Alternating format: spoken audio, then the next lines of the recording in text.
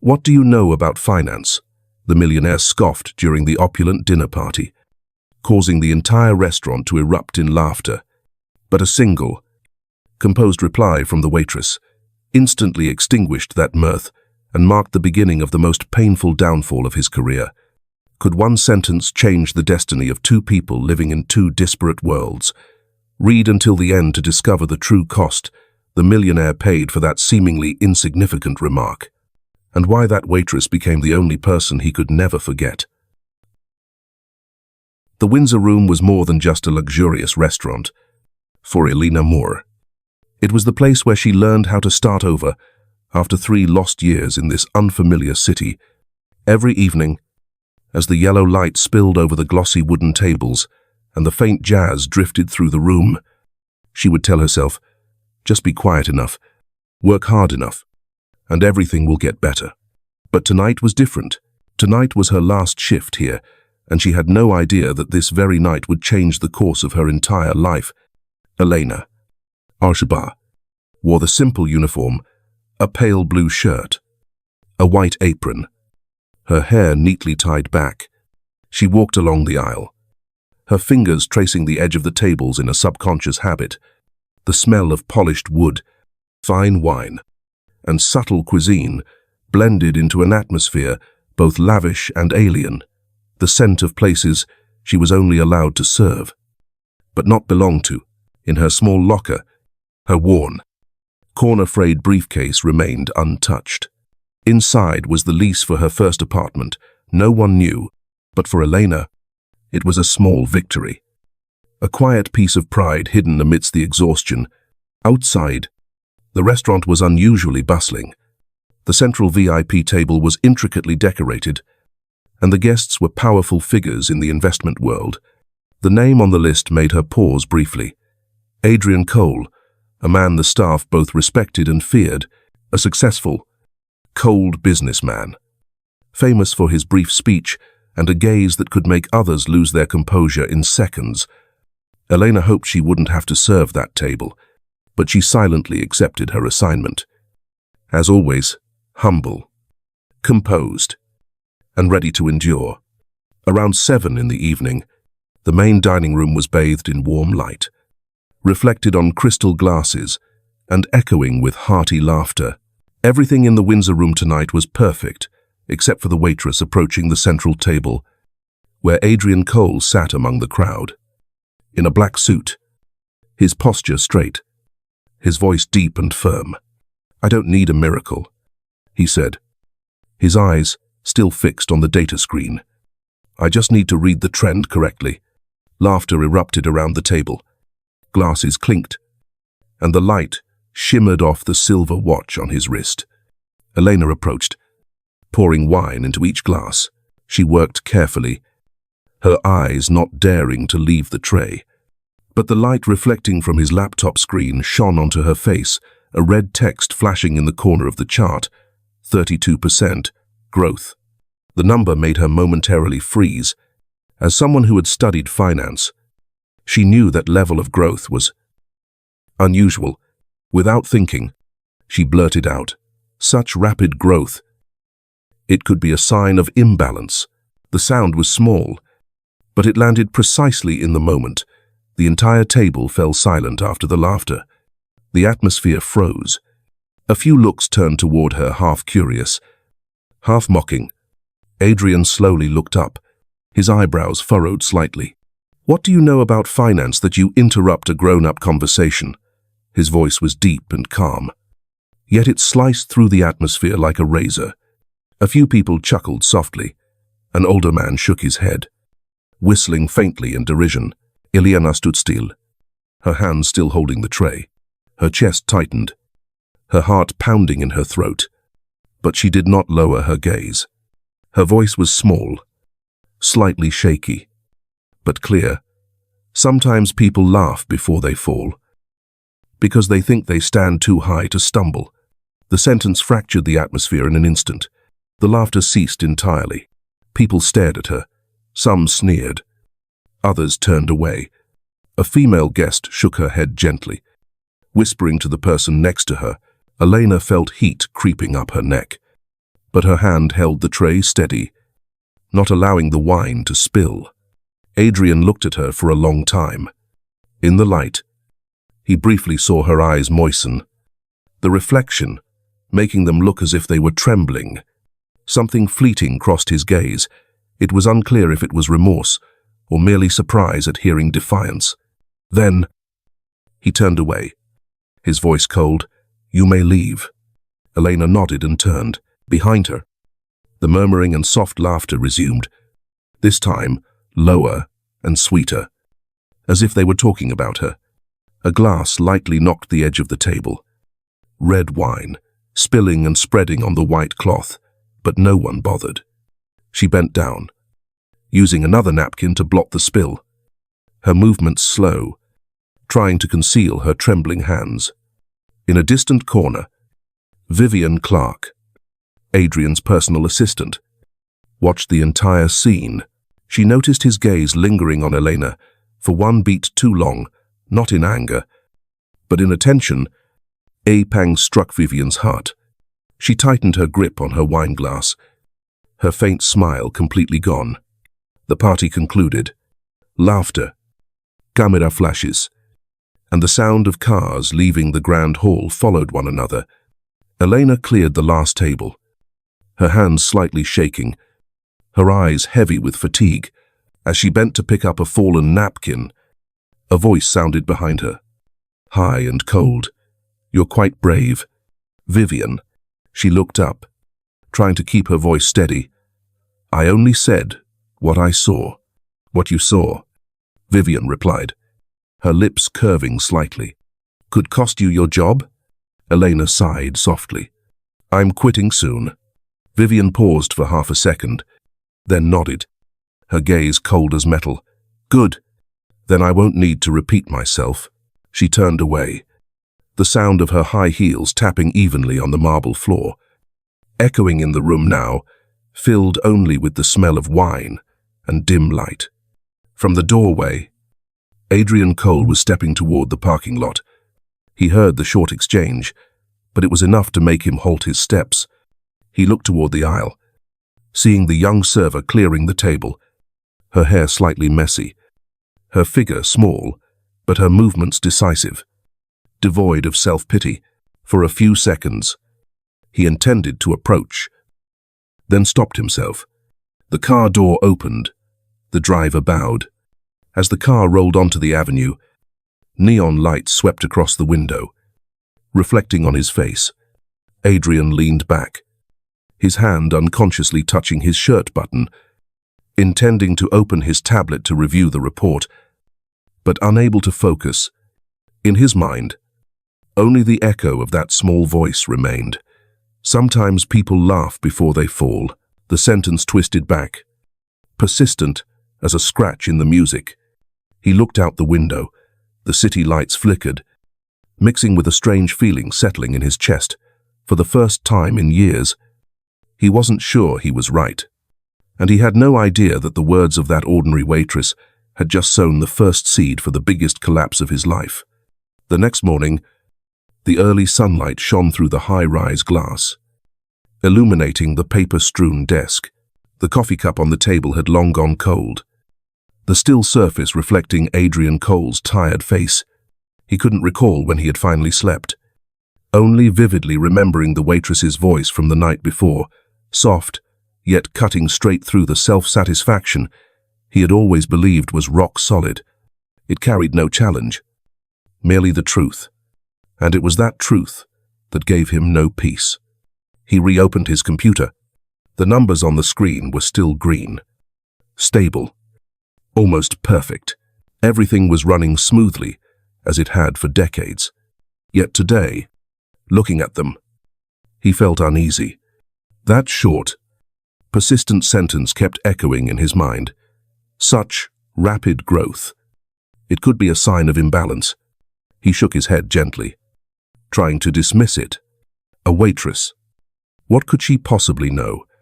But his reason couldn't chase away the sense of unease creeping into every corner of his thoughts. Adrian put on his vest and tightened his tie. Catching a glimpse of himself in the mirror, he noticed his eyes looked different, more fatigued. and lacking the certainty they once held.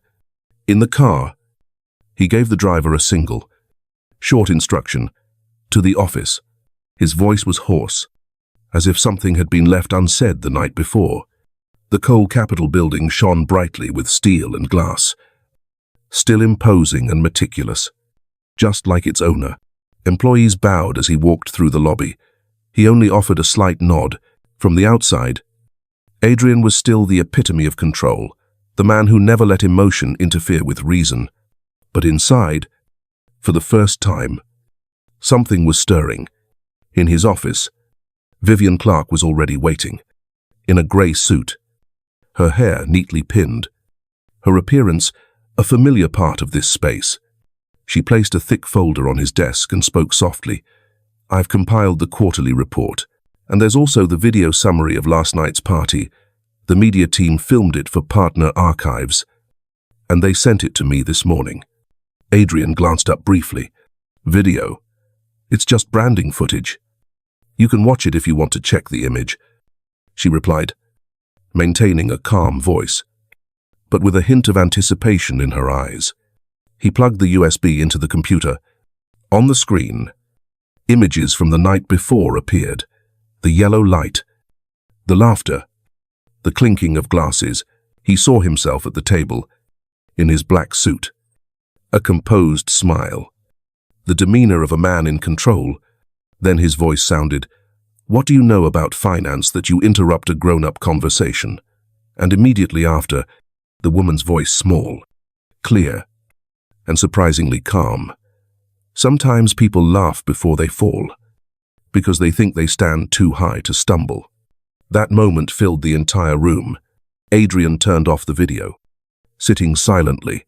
In his mind, that voice still echoed, not loud, but distinct, as if someone had just tapped the spot he didn't want anyone to touch. He leaned his head back slightly, looking at the ceiling, a feeling of emptiness creeping into his chest. Not regret, just a feeling he couldn't name, as if for the first time in years, someone had made him doubt himself. Vivian stood near the door, quietly observing. She had watched the video before bringing it, and ever since hearing Elena's words, she had felt a strange sensation, heavy, dull, not kite, jealousy, not hate. She didn't understand why her heart felt so heavy, only knowing that every time she saw Adrian look at another woman, especially that woman, she was afraid. She feared the gaze that had once made her feel relevant had now shifted its focus. Leaving the office, Vivian held her phone. Walking down the hallway, the hall was long and empty. The light from the ceiling shone onto her face, reflected in the glass calm, professional. But her eyes lacked their usual confidence. She dialed a number, waiting for the manager of the Windsor room to answer. "Hello, I'm Vivian Clark, Mr. Cole's assistant. I wish to file a complaint regarding one of your employees, Elena Moore. She displayed inappropriate behavior during a business event. I just thought it would be best to review her contract." The line hesitated. "Actually, she already submitted her resignation. She only has the evening shift left." Vivian paused for a few seconds.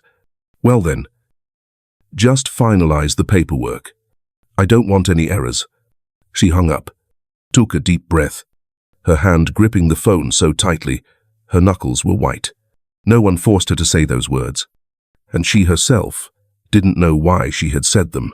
She only knew that, in that moment, jealousy and fear merged, vague, heavy, and she couldn't stop it. At the same time, at the bar of the Windsor room, Elena was folding napkins, her lips softly humming along to the background music. She didn't know that in just a few minutes, her name would be crossed off the employee list. The smell of wine was still fragrant, the light still warm, yellow. But for her, it would be the final night. In the Cole Capitol office, Adrian still sat before the screen, the blue light reflecting on his pensive face.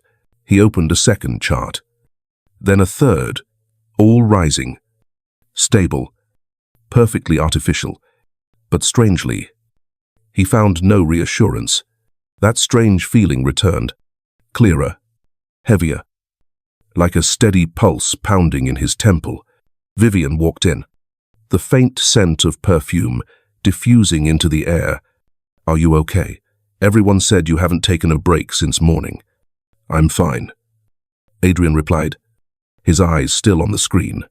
"Are you worried about the data? Everything looks better than expected." He looked up, his gaze slow and deep. "Sometimes outsiders see what we miss." The sentence made Vivian halt. Her heart skipped a beat. She knew who he meant by outsider, and the silence in the room suddenly became stifling, as if the air itself was embarrassed. Time passed. Just 2 weeks later, the news exploded across the headlines. Coal Capital lost over $400 million in the new energy project. Reporters surrounded the building. Stock price plummeted, and confidence collapsed faster than any chart he had ever seen. In the emergency meeting, the words flashed on the large screen: "Data mismatch, invalid source." No one understood what was happening. Daniel Frost, the CFO, spoke quickly, his voice urgent. "The report is flawed. The data sources don't match. We need to check again." Adrian asked concisely, "How long? Maybe a few days, maybe a few weeks." No one dared to look at him anymore. The room fell silent, broken only by the ticking of the clock. Adrian leaned back in his chair, his hands clasped, his eyes slightly closed. In his mind, once again, that sentence echoed, small, clear, unyielding. Such rapid growth. It could be a sign of imbalance. He opened his eyes, looking straight at the flashing screen, then quietly said, almost only loud enough for himself to hear, "She was right." The glaring red numbers reflected in his eyes, deeply etched onto the face, accustomed to the light of power. Outside the window, the city was still noisy. Cars still drove. Life continued, as if nothing had happened. But inside that room, something in Adrian Cole had just collapsed. It wasn't money. It wasn't reputation. But the pride he once believed would never shatter. In the days following the collapse of Coal Capital, the media went wild. News of the hundreds of millions of dollars in losses spread across newspapers, special reports, and glaring red headlines. Adrian Cole's face appeared everywhere, in a luxurious suit, surrounded by reporters, or bowing his head as he left headquarters amid cold camera flashes. People called it the fall of a financial genius. For him, it was the price of arrogance. The penthouse apartment on the high floor was now silent as a glass tomb. No more phone calls. No more packed meetings. No more familiar. "Yes, Mr. Cole" voices every morning. Only the blue light from the television screen reflected on the walls, casting shadows on the man, sitting motionless on the sofa, still holding a cup of cold coffee. Every time the news mentioned the words imbalance, his chest ached as if someone were squeezing it tight. At night, the apartment was submerged in terrifying silence. Adrian sat in front of the bathroom mirror, looking at the man in the reflection. That face, those features were still him, but the gaze was alien. Over the years, he was used to looking in the mirror to adjust his tie, to gauge expressions of success. He had never looked to see himself. Now, in the pale white light, he felt fear for the first time. Fear of the stillness, fear of the uncertain face, fear of the emptiness in his own eyes. He opened his laptop, flipping through the old data tables. The numbers that were once his pride were now only evidence of his blindness. He traced every curve of the charts, each sudden spike, reminding him of the old sentence, "Such rapid growth. It could be a sign of imbalance." At this moment, he was no longer irritated. He only felt as if someone had just lit a lamp in the room where he had imprisoned himself for years. When the screen went dark, the clock showed almost 3 in the morning. He stood up, put on his coat, and walked onto the balcony. The night wind chilled the air around the glass buildings, Below, the city was still bright, still alive. Even as his career crumbled, Adrian looked up at the light-streaked sky. For the first time, he felt small, and quietly whispered, she was right. The next morning, he still went to the office as usual, but no one looked at him the same way. The sense of power had long left his footsteps. Vivian Clark brought a new stack of documents, her voice soft, but completely lacking the usual sharpness. The media is calming down. A few interviews want to hear you talk about the future of coal capital and EDU. If you agree, we can shift public opinion. Adrian flipped through the pages, but couldn't read the words. He closed the folder and placed it on the desk. No need, he said, his voice deep. Vivian halted. Is there anything else you want me to do? He looked up, his eyes deep set, tired but clear. Help me find Elena Moore's address. The air hung heavy. Vivian froze. In that moment, she was no longer the sharp assistant, but just a woman left behind. What do you want with her? To meet her. Do you think she's that important? Adrian paused for a second, then replied concisely, perhaps. The answer caught in her throat. For so many years, she was the one who knew all his secrets, all his plans, the one who shared every victory and downfall. But now, that simple name had made her an outsider. She nodded, said nothing more, and left the room with a slight tremor in her hands, gripping the phone as if it held her last shred of dignity. That evening, Vivian sat alone in her quiet apartment. The light from the screen shone on her lightly made-up face, revealing tired, dark circles. She opened the personnel data system of the Windsor Room, tracing line by line. When she saw the name Elena Moore, her heart tightened slightly. The address below read clearly, Brookdale Community Center, West Suburbs. She stared at the screen for a long time, then took a deep breath and sent an email to Adrian. Found it. She's teaching a community finance class for the unemployed. I advise you not to go. Adrian read the message in silence. He didn't reply. The next morning, he drove himself out of the city. No bodyguard, no driver. No one knew where he was going. The suburban road was long and empty. On both sides, bare trees stood in the autumn wind. Leaves scattered across the windshield. He drove slowly, as if afraid to break the chain of thought in his head. When he saw the faded wooden sign with the words, Brookdale Community Center, he stopped. The small, white-painted building appeared. Low roof, rustic lawn. Inside, through the slightly open window, a woman's voice resonated slow, clear, full of warmth. Financial transparency is not just about numbers. It's about how you keep promises to yourself. Adrian stood silently at the door, peering through the glass pane. In front of a whiteboard, Elena was pointing to simple charts, surrounded by a group of older people listening intently. Sunlight streamed through the window, illuminating her hair, brightening the entire room. No trembling hands holding a wine tray, just an ordinary woman, confident and serene. Elena glanced toward the door. Her eyes met his, briefly, then returned to her lecture, continuing to write on the board as if she hadn't seen him. When the class finished and the students left, Adrian still stood in the same spot. She walked toward him, stopping in front of him, her face composed. That was a great lecture, he said, his voice low. Thank you, she replied, gathering her notebook, not looking up. But I don't think you came here to listen to a lecture. Adrian took a step, then stopped. I want to talk. Elena gently bent down to rearrange a chair, her voice steady. You don't need to. I only said what you refused to hear. There's nothing to apologize for. She turned away. The action was decisive, yet not cold. It was simply the exhaustion of someone who had closed a chapter of their life. Her hand gripped her bag tightly as she walked slowly toward the parking lot. Adrian stood watching, the late afternoon sun casting his shadow long on the ground. He didn't speak, just watched until her figure grew smaller and dissolved into the light.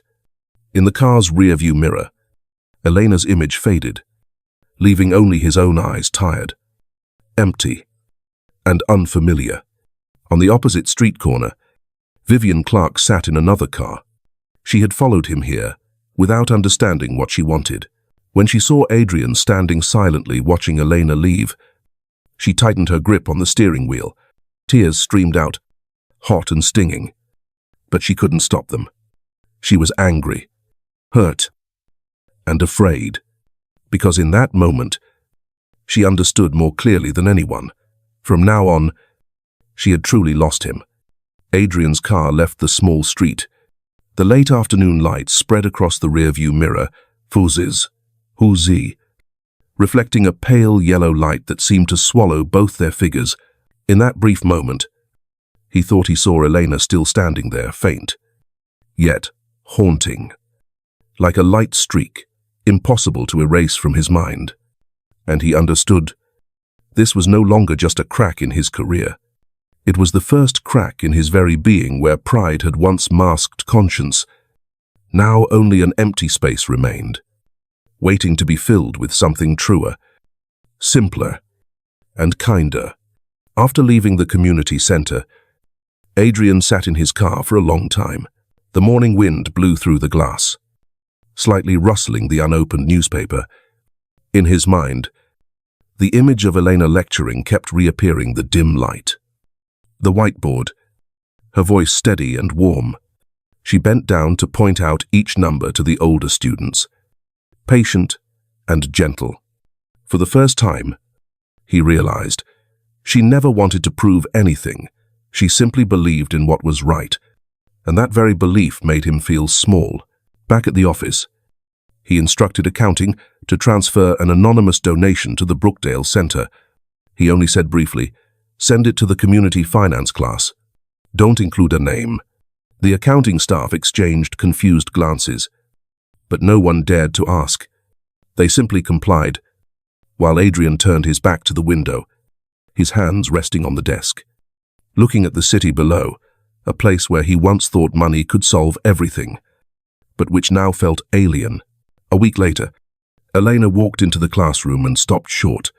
On the table were stacks of new materials, several small computers, a bright whiteboard, a box of pens, and notebooks. Everything looked brand new. An anonymous donor, the manager said. Elena looked around the room, silent.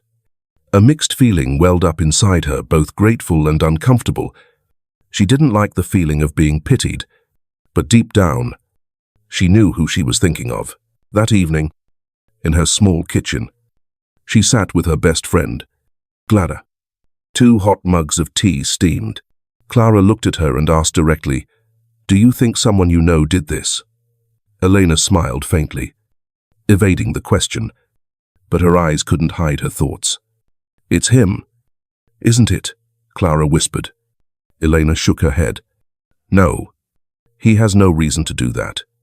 Maybe he feels guilty." Elena sighed. "If so, that's even worse. I don't want to owe anyone." At the same time, in the Coal Capital office, Adrian was still awake in the yellow light. He scrolled through a series of investment articles on a forum. One post made him stop. "Finance is not just about profit, it's about how you treat others when you have the power to decide." Author E. Moore. He read it over and over, his lips slightly pressed together, his eyes lingering on the name as if afraid it might fade. He wasn't sure if the feeling was respect, shame, or simply gratitude. From the next day, in meetings, Adrian started speaking differently. He talked about financial ethics, about transparency, about trust. Initially, shareholders exchanged glances. Some chuckled lightly. Some frowned. One man scoffed, "Are you planning to turn Coal Capital into a charity?" Adrian simply replied, slow and steady, "No, But perhaps it's time we stopped pretending that money is the only metric. No one spoke further, but the eyes of a few people wavered. That evening, Vivian returned home and turned on the television. The financial news was replaying Adrian's interview. He sat in the studio, his voice deep and calm. Profit is important, but human value in the new economy is what keeps this system from destroying itself. She froze. That sentence was exactly what she had heard Elena say in the teaching video at Brookdale. She realized Adrian was speaking in that woman's voice. Vivian turned off the television. The room fell silent. She sank into the chair, looking at her hands that were once confident in their power, now trembling. She had worked for him for so many years, was proud to be trusted, and thought she alone understood him. But now, the person who made him change was an anonymous waitress. The next morning, she arrived at the office early, seeing Adrian reading documents. She summoned all her courage, her voice slightly shaky. "You're letting emotion control you. Adrian, you are no longer yourself." He looked up, his gaze gentle but resolute. "Perhaps emotion is something I should learn from the start." The sentence stiffened her. Without another word, she knew she had lost, not in business, but in his heart. When Adrian left the room, she remained standing, her eyes empty, as if the world around her had collapsed without a sound. A few days later, Adrian continued to send anonymous support packages to the Brookdale Center. New projectors were installed, learning software was upgraded, and the classroom became more modern than ever. One evening, Elena opened her inbox and found an email from an unknown address. Just a few lines. Not pity. It's debt. She read it again and again. Her hand gripped the edge of the desk. A mixed feeling welled up inside her, both warm and uncomfortable. She knew exactly who the sender was. She wanted to believe it was genuine, but feared it was only a delayed way of making amends. She didn't reply. But that night, when closing the classroom, she sat for a long time, tracing the words on the whiteboard. Trust equals value. She didn't erase it. Across the city, Vivian still sat in her office, watching Adrian open his laptop and smile slightly. The light reflected on his face tender, peaceful. She knew he had just read something. Her heart tightened. This time, jealousy was no longer fleeting, but a deep fear. Oschneidfell. She sat in front of the phone for a long time. There was a moment she wanted to call Adrian, just to say, "I'm sorry." But when Daniel Frost's voice echoed in her head, the way he had once mentioned Elena Moore's name with a faint smile, the old jealousy flared up. The phone rang. It was Daniel, his voice steady and low. "How long are you planning to just stand there and watch? If you want your position back." "I have a way." Vivian closed her eyes, trying to say, "I don't want to hurt anyone anymore. Don't be naive." Daniel replied, his voice mocking, "I just want to show you who people choose when a price must be paid." She remained silent. Just a moment, but in that moment, reason lost to the heart. She gripped the phone tighter, her voice hoarse. "What are you planning to do?" "Just bringing the truth to light, in a way that benefits us." When the call ended, Vivian still sat still, looking at her reflection in the window glass. Her face was pale, her eyes empty like a stranger's. She knew she was using someone else to destroy what she couldn't have. But sometimes, the pain of jealousy was stronger than kindness.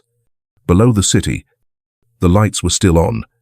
Adrian was in another office, writing notes for the morning meeting, unaware that on this very night, a conspiracy had begun to be ignited, silently like a small crack running beneath the seemingly perfect glass surface.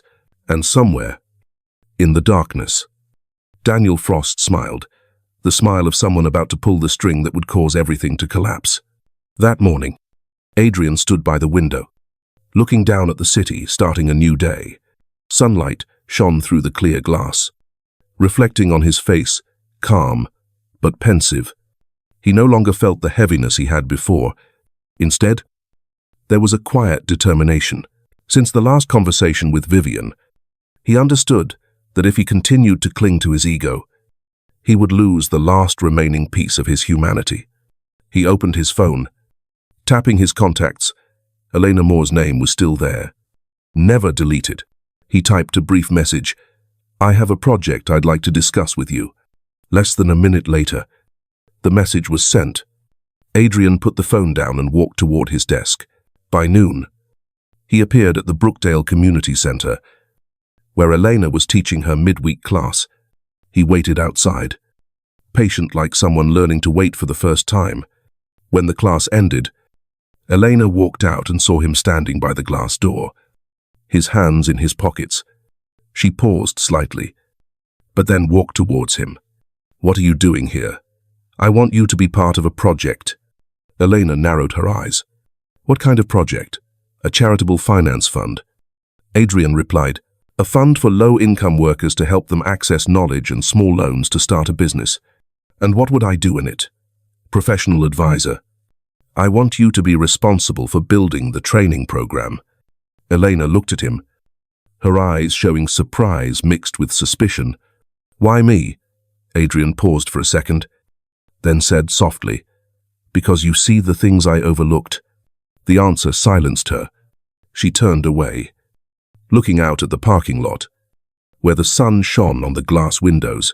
After a few seconds, she said softly, "I'll think about it." 3 days later, she agreed. The first working sessions took place in a tense atmosphere. Adrian spoke little, listened much. Elena was cautious, not hiding her reserve. They met at the Coal Capital office, now simpler, without ostentatious decorations. Adrian only had one desk, a few papers, and a cup of cold coffee. Elena spread the documents on the table, pointing to the plan chart. The training part should prioritize basic financial skills, not investment. Adrian looked at her, nodding slightly. "Do you think they can change their mindset if they've never had the opportunity?"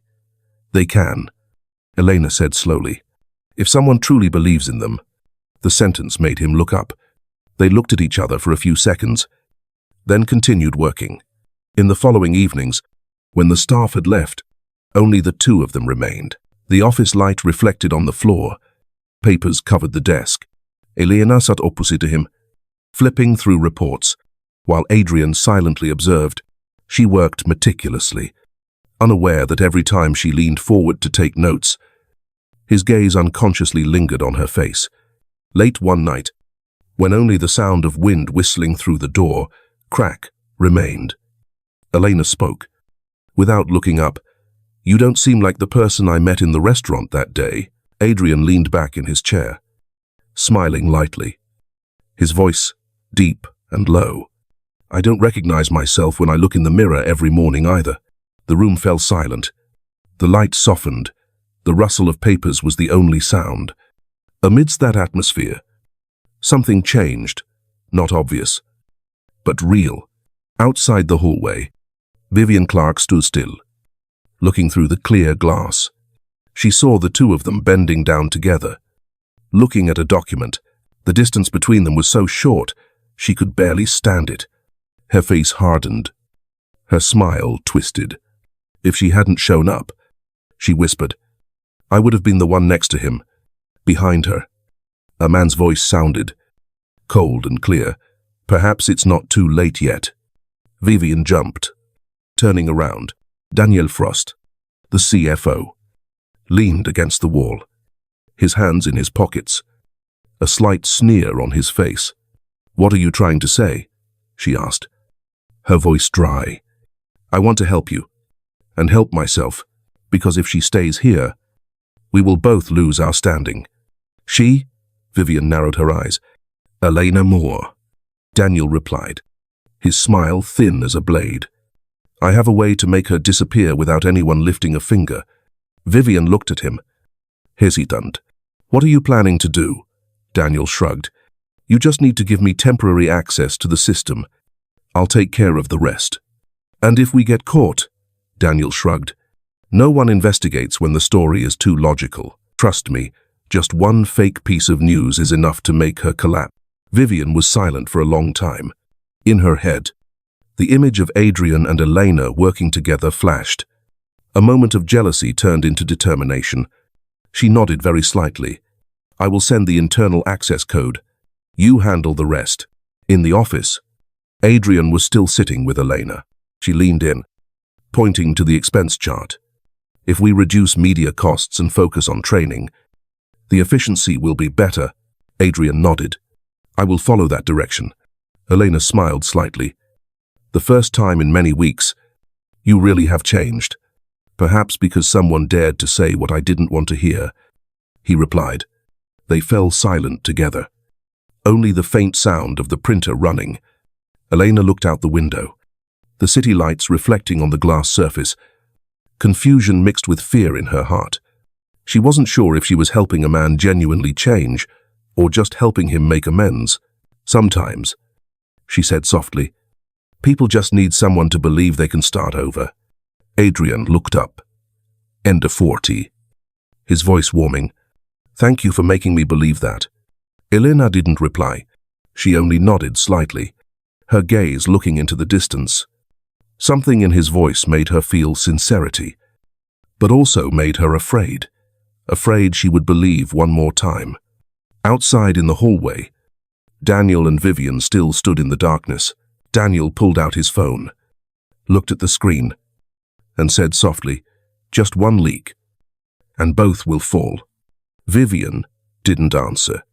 She looked through the glass one last time, where Adrian was smiling at Elena, and knew that what Daniel said could destroy everything, but the part of her that had reasoned was no longer strong enough to stop.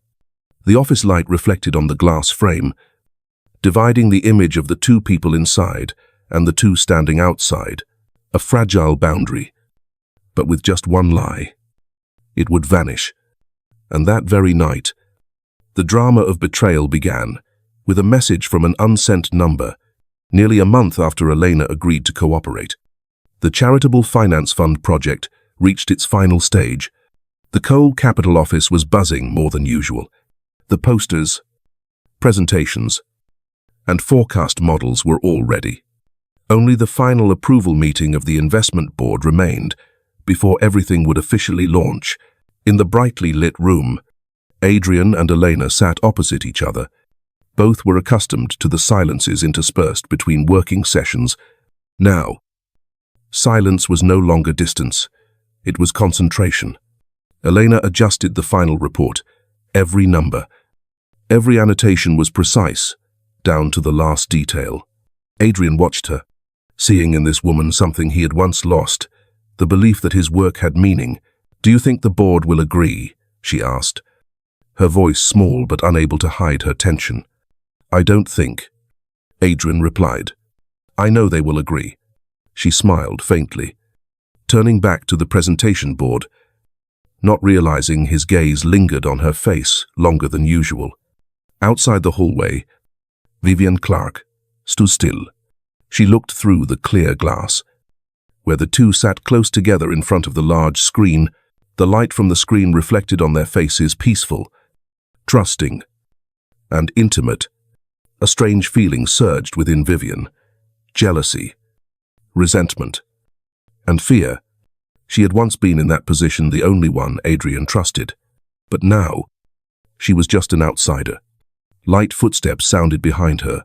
Daniel Frost appeared, impeccably dressed in a suit, holding a cup of coffee. If you just stand there watching, nothing will change, he said, his voice laced with mockery. Vivian turned back. Cold, what do you want? To help you, and to help myself, because if she continues to stay here, we will both lose our footing. She? Vivian narrowed her eyes.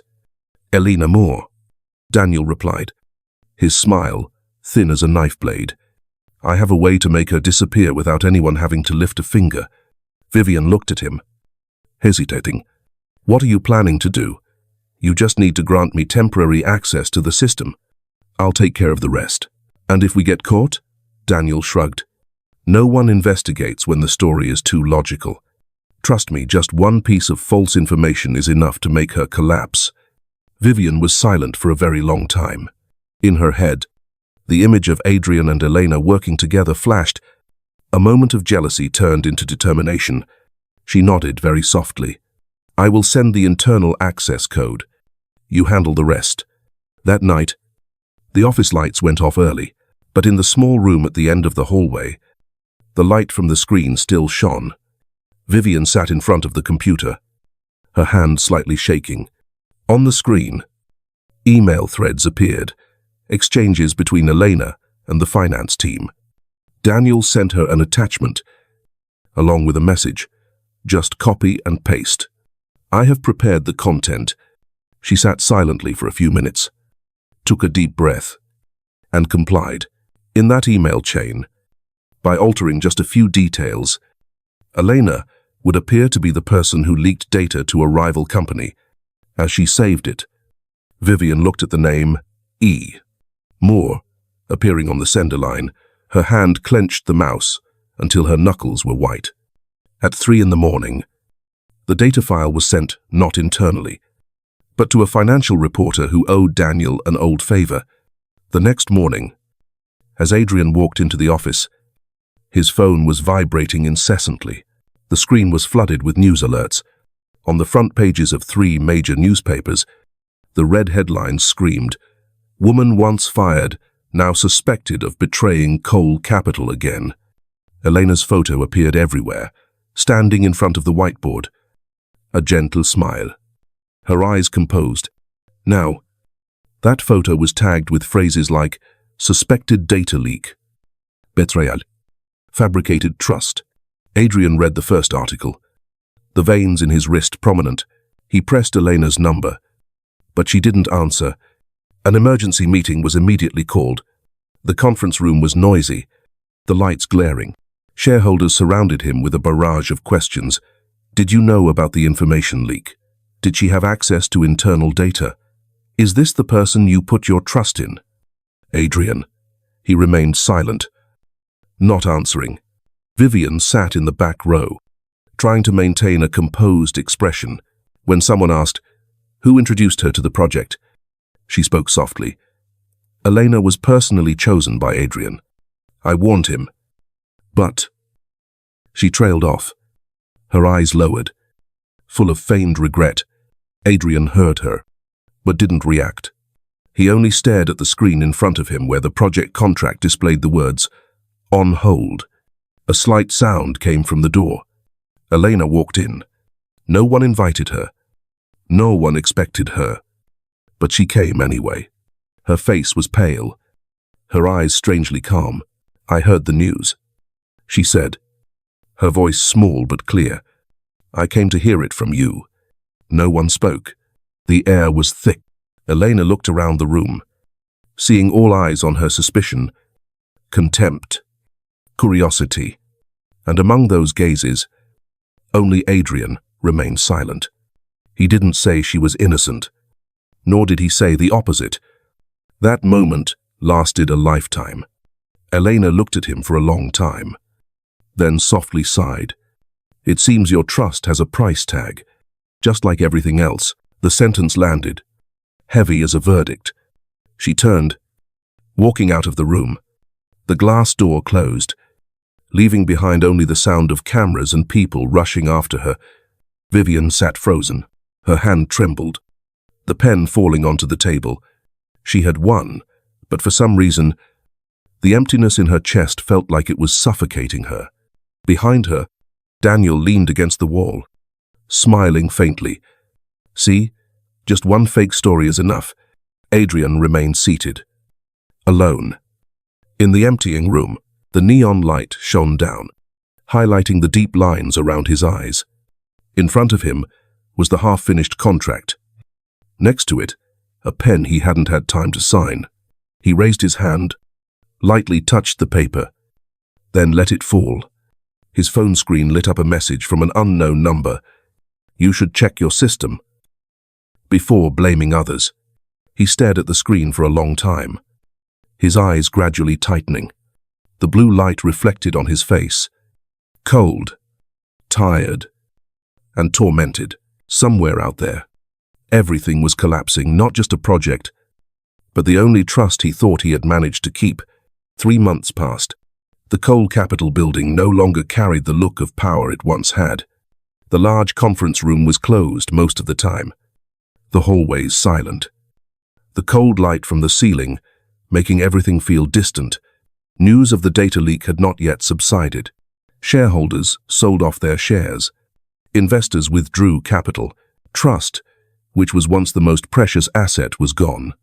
Adrian rarely appeared in public.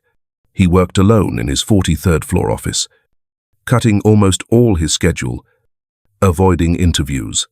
His eyes were deeply set, his hair streaked with grey, his face clearly marked by fatigue. But one thing was different. His gaze had changed, no longer cold, only heavy, deep, and full of regret. Vivian still maintained her role as assistant, but the distance between them was like an invisible wall. Before, whenever she walked in, he would usually look up, sometimes smiling faintly. Now, every time their eyes met, she had to lower her head. In his eyes, there was no longer anger, but something worse, disappointment. Daniel Frost was different. Since the project was suspended, he appeared more frequently in meetings, his voice confident, his smile perfectly controlled. He spoke extensively about new directions, about financial stability. But in his eyes, a cold satisfaction shone like steel. One evening, when only a few floors of the building were lit, Adrian sat alone. He opened the internal archival system, something he rarely did himself for many years. The screen displayed hundreds of data files. He slowly scrolled through, checking each access timeline, each backup, each report. Then, amidst the soulless string of characters, a small line made him freeze.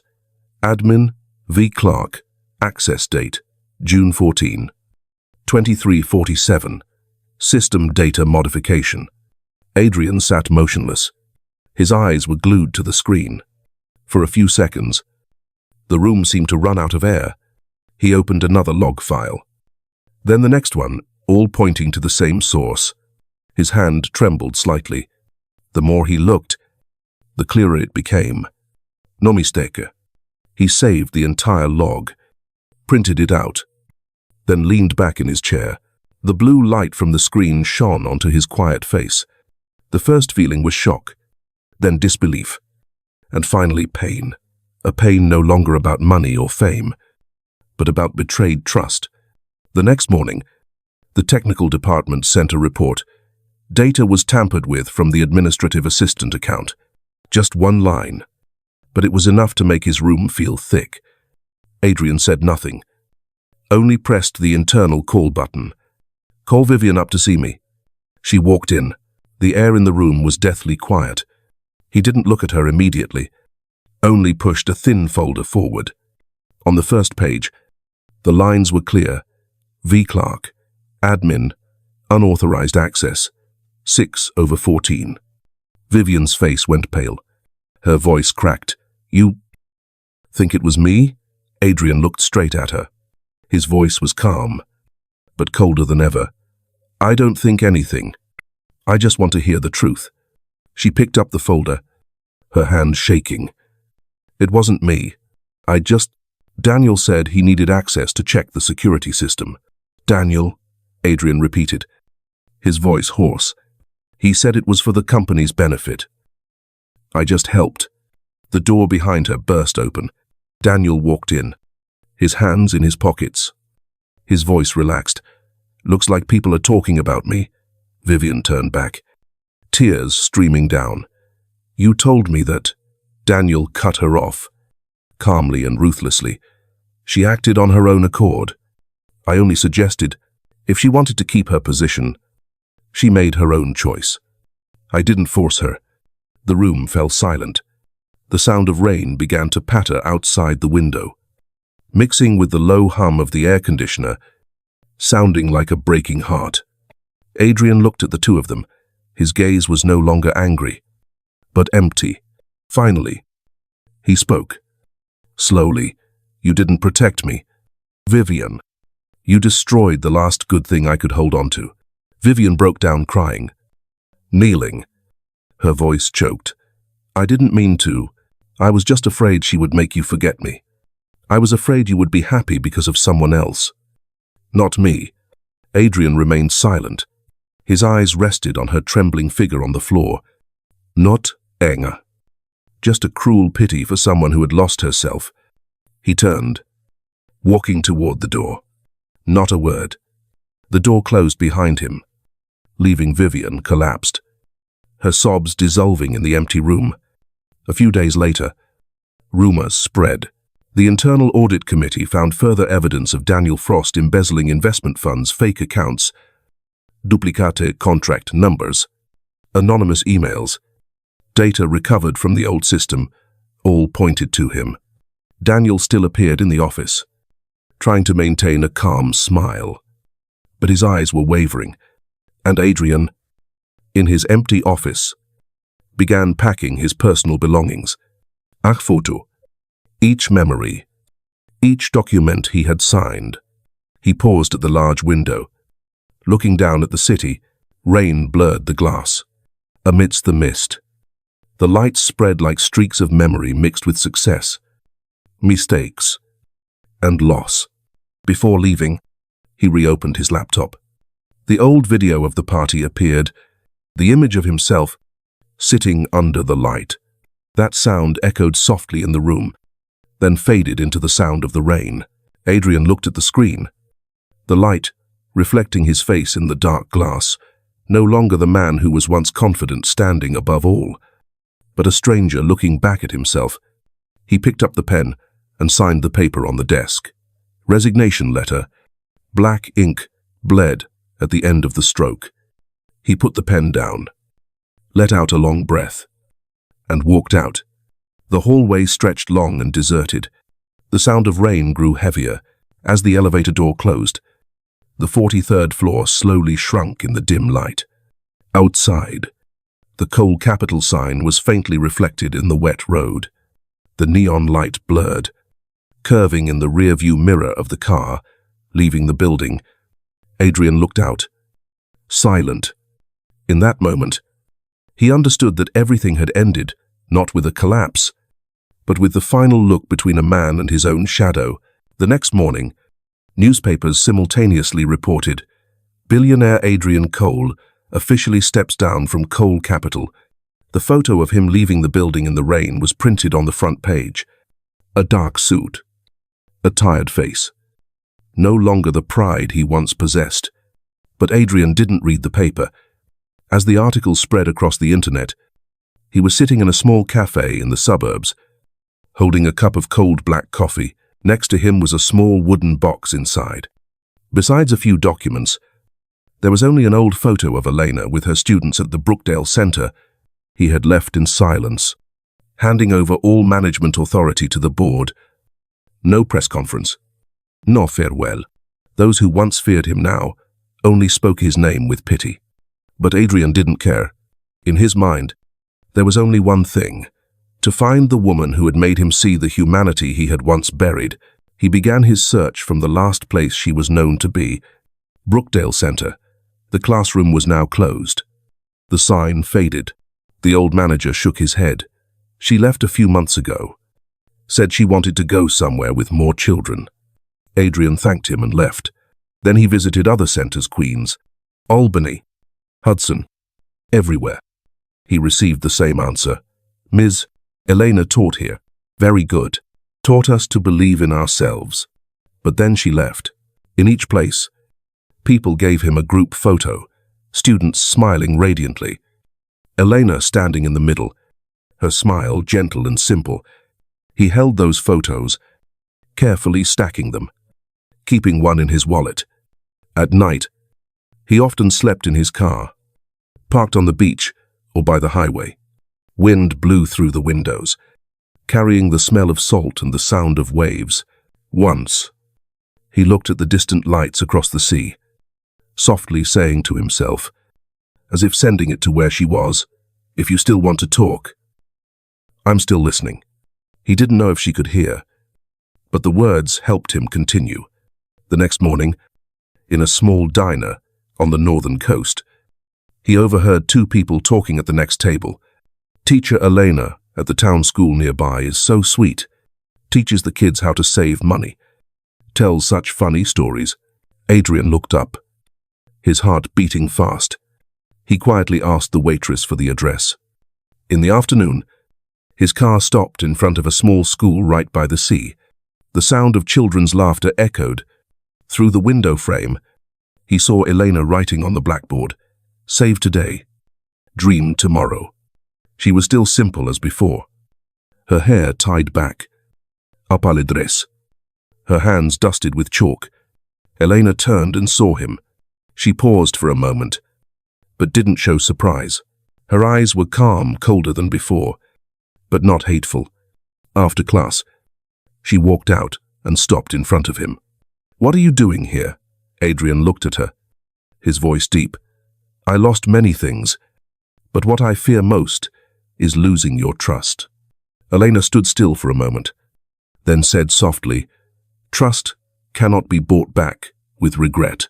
She turned away, leaving him standing in the wind-swept courtyard. The sound of waves mixing with the children's laughter. But this time, Adrian didn't leave. He rented a small room in the town, a few blocks from the school. The landlord asked, "Are you here for a vacation?" He only replied briefly, "I came here to relearn how to live." In the following days, he appeared at the school, initially just standing outside the gate. Then one day, Elena needed help fixing a broken table, and he walked in, bringing his toolkit. When the children asked, she just said, "This is a volunteer helper." From then on, he became Mr. A. The children liked him because he told funny stories, often brought cakes to class, and patiently taught them math. He taught them how to set up savings accounts with coins, and they taught him how to laugh again. Elena avoided his gaze in the early days, but couldn't deny his persistence. In the afternoon, when the class was dismissed, Adrian stayed behind to wipe the board and rearrange the desks. She quietly watched him while sorting students' notebooks. Once, he spoke, his voice slow and sincere. "I'm not apologizing to be forgiven. I just want to prove that this time, I won't stay silent anymore." Elena didn't reply. She looked out the window, where the moonlight reflected on the sea surface, gentle waves, wind blowing through the curtain, the smell of salt mixed in the air. She smiled, faintly, very lightly, like the first crack in the wall she had built up over months. Adrian saw that smile, saying nothing more. He just stood still, his hand still holding the cloth to wipe the board, knowing in his heart, perhaps, he had just found the smallest ray of light amidst the ashes of his mistakes. And outside, the sea continued to murmur, like a witness to the beginning of a forgiveness still taking shape. "I'm not apologizing to be forgiven. I just want to prove that this time, I won't stay silent anymore." Adrian's words still echoed in Elena's mind as she closed the classroom door. Outside, the sea wind blew harder, carrying the chalk dust still clinging to her hands. She didn't turn back, but knew for sure he was still standing there, looking through the window frame, his eyes no longer carrying the heaviness of a man who had fallen, but the determination of someone finding himself again. The next day, Elena went to class as usual. Adrian was already there, fixing a loose bulletin board. She walked in, trying to keep her voice steady. "You don't need to do these things," he smiled, not looking up. "If I don't do them, I think too much." She didn't reply, but in her heart, she knew every small thing he did, from wiping the board, arranging chairs, to teaching the children how to calculate savings, was a way for him to stay close, without infringing upon the distance she needed. The townspeople began to get used to the presence of Mr. A They thought he was a retired accountant or lecturer. No one knew he was once the billionaire mentioned in the papers. Adrian didn't deny it, nor did he hide it. He just wanted to live as he was now, simple, useful, and sincere. One afternoon, while tidying papers, Elena found an envelope on the teacher's desk. The printed text read, "Non-Profit Finance Conference. Guest speaker nomination, Elena Moore." She was stunned. The letter clearly showed the New York organization's logo. She flipped it over. There was no sender. That evening, when Adrian came to the classroom to return his toolkit, she held up the envelope. "Do you know about this?" "Perhaps," he replied, his eyes gentle but not avoiding. "What did you do?" "Just helped someone who deserves to be heard." "You don't understand. I don't want to go back there." Adrian stopped, his voice low and deep. "No one is forcing you to go back. But this time, if you stand there, you will stand for yourself." She was silent, folding the letter. Something stirred in her heart, not anger, but fear mixed with gratitude. The next day, Clara came to visit. When Adrian stepped out to prepare for the lesson, she pulled Elena down to sit. "He asked me to help you prepare your speech. He promised not to say anything." Elena looked up, surprised. "Why would he do that?" "Because he still thinks you deserve to be heard. And because I think he really has changed." In the afternoon, the mail carrier stopped by the classroom. A package for Miss Moore, sent from New York. Elena opened it. Inside was a thin envelope, along with a small USB. The opening line was handwritten 14 to 12, in a soft script. "I don't expect your forgiveness. I only hope you know the truth. Sender, Vivian Clark." Elena opened the letter, each word sinking into her heart. "He protected you in the final meeting. He said, you didn't betray us, only that you were turned into an excuse. But the media didn't publish it because they needed someone to blame. His silence wasn't because he was afraid. It was because he wanted to shield you from the public opinion that I had unintentionally thrown you into." She stopped, tears beginning to flow as she read the final line. "I used to love him the wrong way, but you taught him how to love the right way." Elena sat still for a long time, only listening to the sound of waves outside the window frame. In her heart, what had cracked seemed to be slowly healing. The following afternoon, Adrian arrived at the class early, carrying a box of books for the children. "You always have a habit of arriving early," she said softly. "Because I'm afraid of being late one more time," he replied, still bending down to arrange the books. The answer made her smile faintly. Without a sound, between the two of them, the distance seemed to shorten a bit. "In the afternoon," she suggested, "do you have time? I want to discuss a scholarship fund for workers." Adrian looked at her, his smile slow. "Yes, but let it bear your name. This is the path you started. I just want to help you continue." That night, they both stayed late. Elena wrote the plan. Adrian revised the structure, numbers interspersed with the sound of pens and wind. No one mentioned the past, but in the silences, they understood each other more than any explanation could convey. When the clock struck nearly midnight, Adrian's phone rang. He stepped outside to answer. A woman's voice on the line was slightly shaky. "Thank you for not hating me.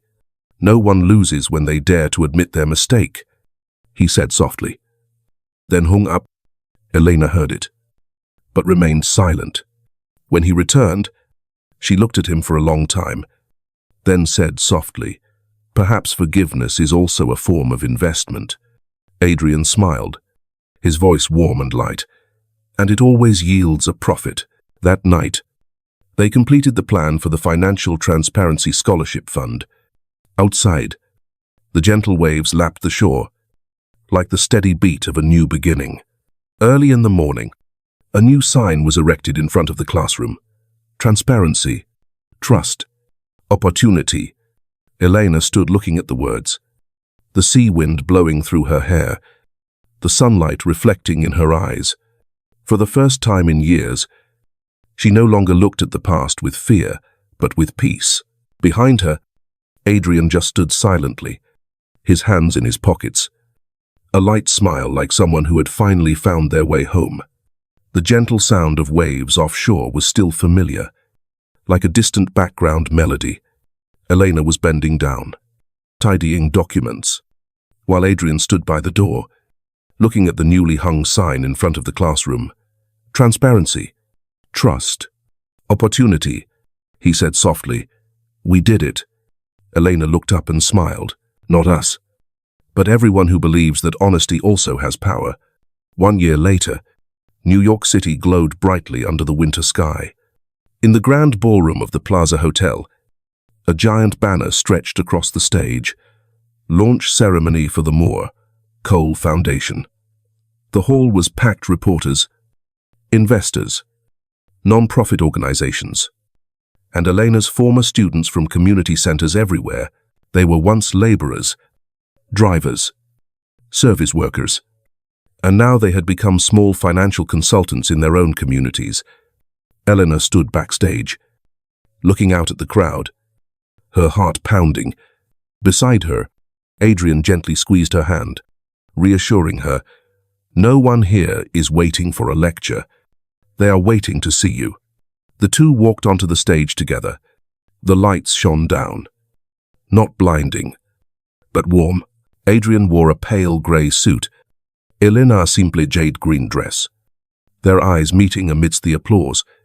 When the noise subsided, Adrian stepped to the podium. His voice resonated deep and composed, not like a billionaire speaking to the public, but like a man who had lost and relearned how to love. Years ago, I asked a young woman, "What do you know about finance?" Now I know. She understood what I never dared to learn, that no one is truly rich if they lose trust. The entire hall fell silent. Then the applause erupted, echoing like crashing waves. Those who once viewed him as a symbol of power now stood up, not to praise, but to admire. Elena stepped forward, taking his hand. No words were needed, just that look, silent, grateful, and full of kindness. Below, the former students now teaching others smiled, tears glistening in their eyes. In the back row, Vivian Clark sat silently. Her hair was cut short, her face composed. She looked at the two on the stage, her eyes wet, but her smile gentle. She was no longer jealous, no longer clinging. She whispered a very soft sentence, like a final blessing. Finally, he is happy. A small newsline scrolled across the electronic screen next to the stage. Former CFO Daniel Frost, sentenced to 3 years in prison for financial fraud. No one paid attention to it anymore. The past was closed, and no one looked back at it with anger. After the ceremony, Adrian and Elena walked out onto the high-floor balcony together. Below them, New York shone brightly, the strips of lights like the flow of time. The wind was cold, but the atmosphere between them was gentle. Adrian looked down at the street, saying softly, "If you hadn't said that sentence that day, I might still think I was the winner." Elena replied, her eyes directed toward the distant lights, "And if you hadn't been silent that day, perhaps we wouldn't have understood each other like this." They both laughed, lightly and genuinely, like two people who had finally completed the journey of pain and found peace. In the distance, Vivian walked out of the hall, stopping beneath the brightly lit sign, Moore, Cole Foundation. She smiled faintly. Finally, everything is where it should be. In the banquet room, soft music played. A glass of red wine reflected the warm yellow light, the exact color of the Windsor room years ago. Adrian raised his glass, lightly clinking it with Elena's. Elena smiled, teasing, "What do you know about finance?" Adrian laughed in reply, his voice soft but firm. "I know. Sometimes true value lies in what we cannot buy." 3 years later, they married in a small ceremony by the sea. Elena smiled as Adrian lifted their son. holding up the boy's first kite. "Dad, I did it. Well done. You just need to hold on to your trust." The sea wind blew through, carrying their laughter simple, peaceful, complete. Perhaps the most beautiful thing in this story is not that a billionaire changed, or that a waitress was vindicated, but the way two people who once stood on opposite sides of pride found each other through trust, from a seemingly unintentional sentence. "What do you know about finance?" They learned that finance, like life, is not just about numbers, but about how we treat others when we have the power to choose. Adrian once had everything, then lost it all, only to understand that true value is not in assets, but in trust. Elena was once humiliated, but she did not choose resentment. She chose to rebuild. With her own kindness, they met again, not to prove who was right, but to show who had grown stronger from their mistakes. The lesson here is simple. Sometimes, a sincere word can change a whole life. A sentence can hurt, but it can also save depending on how we choose to use it. Perhaps we have all been silent when we needed to speak up, or too confident to listen to others. But like Adrian, only when we dare to admit our mistakes can we truly start over. If you have ever lost faith in someone, or yourself, remember, trust doesn't need to be perfect. It just needs to be true. Have you ever experienced a moment that changed your perspective on others? Tell me your story, who knows? Perhaps your story will be the inspiration for the next person